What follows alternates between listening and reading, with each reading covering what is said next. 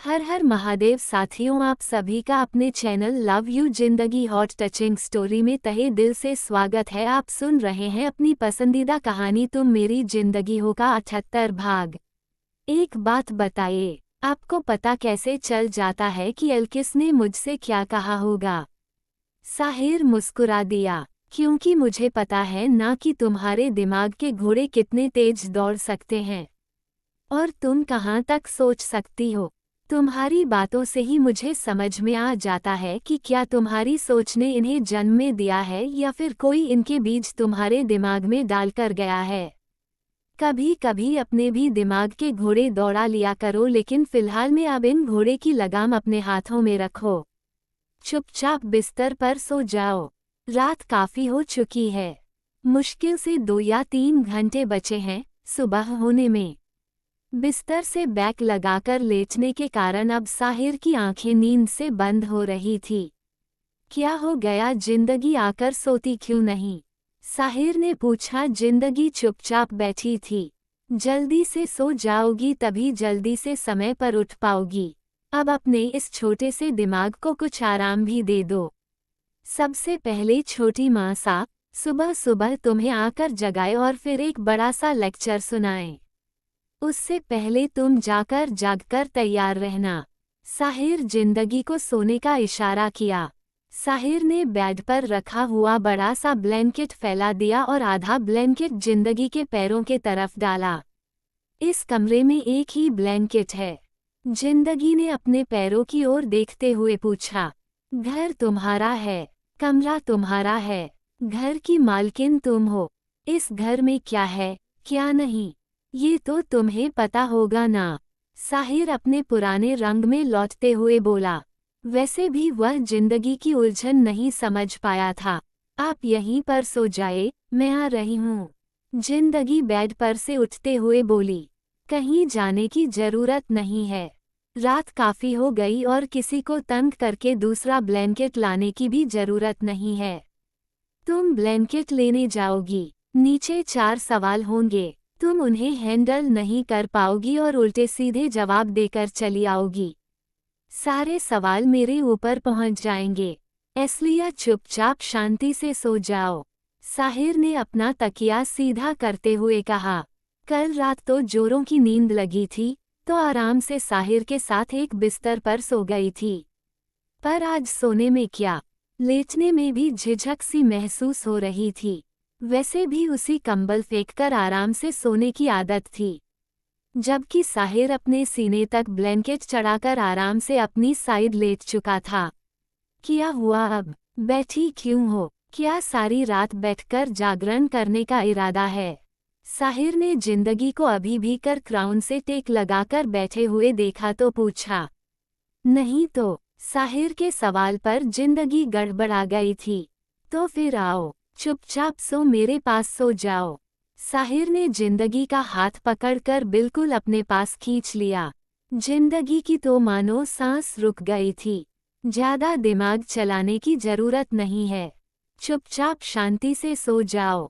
Good night. Sahir ने अपने होंठ जिंदगी के सर पर रख दिए।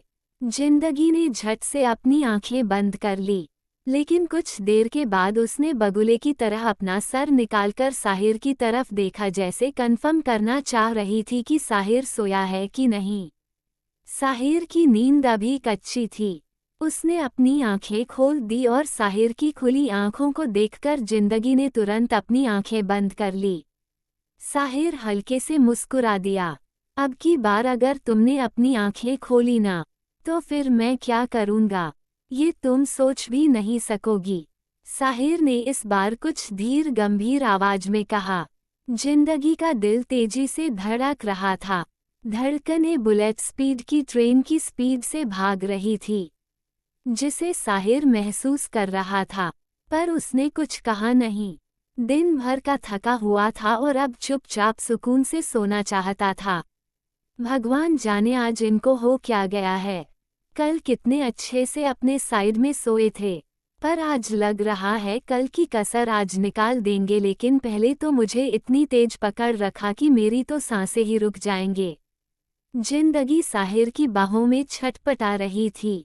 सो जाओ जिंदगी। जिंदगी बहुत बड़ी है और सारी जिंदगी एक साथ ही रहना है। बाकी बातें कल रात कर लेना, साहिर ने जिंदगी से कहा और अपनी आंखें बंद करके।